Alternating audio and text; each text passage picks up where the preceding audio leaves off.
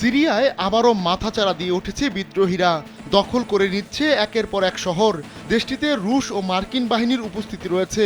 এরপরও হঠাৎ বিদ্রোহীদের এমন অগ্রগতির কোনো কারণ আপাতত চোখে পড়ছে না। এমত অবস্থায় বড়সড় ঘোষণা দিয়েছেন ইরানের পররাষ্ট্রমন্ত্রী আব্বাস আরাকচি। বলেছেন, দামেস্ক চাইলে সিরিয়ায় সেনা পাঠানোর বিষয়টি বিবেচনা করবে ইরান।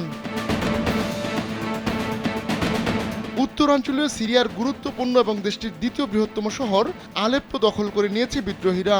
এ ঘটনার পর নড়েচড়ে বসেছে সব পক্ষ। সিরিয়ার সরকারি বাহিনী ছাড়াও এখন আগ্রাসী ভূমিকায় নেমেছে রুশ বাহিনীও। এরই মধ্যে আরবি ভাষার একটি টেলিভিশন চ্যানেলকে আরাকচি বলেন, সিরিয়ার সরকার সেনা পাঠানোর অনুরোধ করলে আমরা তা ভেবে দেখব। এলো ভিশন মুশকিল আসান অফার। যে কোনো ব্র্যান্ডের পুরনো ফ্রিজ নিয়ে চলে আসুন ভিশন শোরুমে আর নিয়ে যান নতুন ভিশন ফ্রিজ 20% পর্যন্ত ছাড়। ইরানের পররাষ্ট্রমন্ত্রী সতর্ক করে দিয়ে বলেছেন, সিরিয়ার এই সন্ত্রাসী গ্রুপ ইরানের চেয়ে দামেস্কের প্রতিবেশী দেশগুলোর জন্য বেশি ক্ষতির কারণ হতে পারে।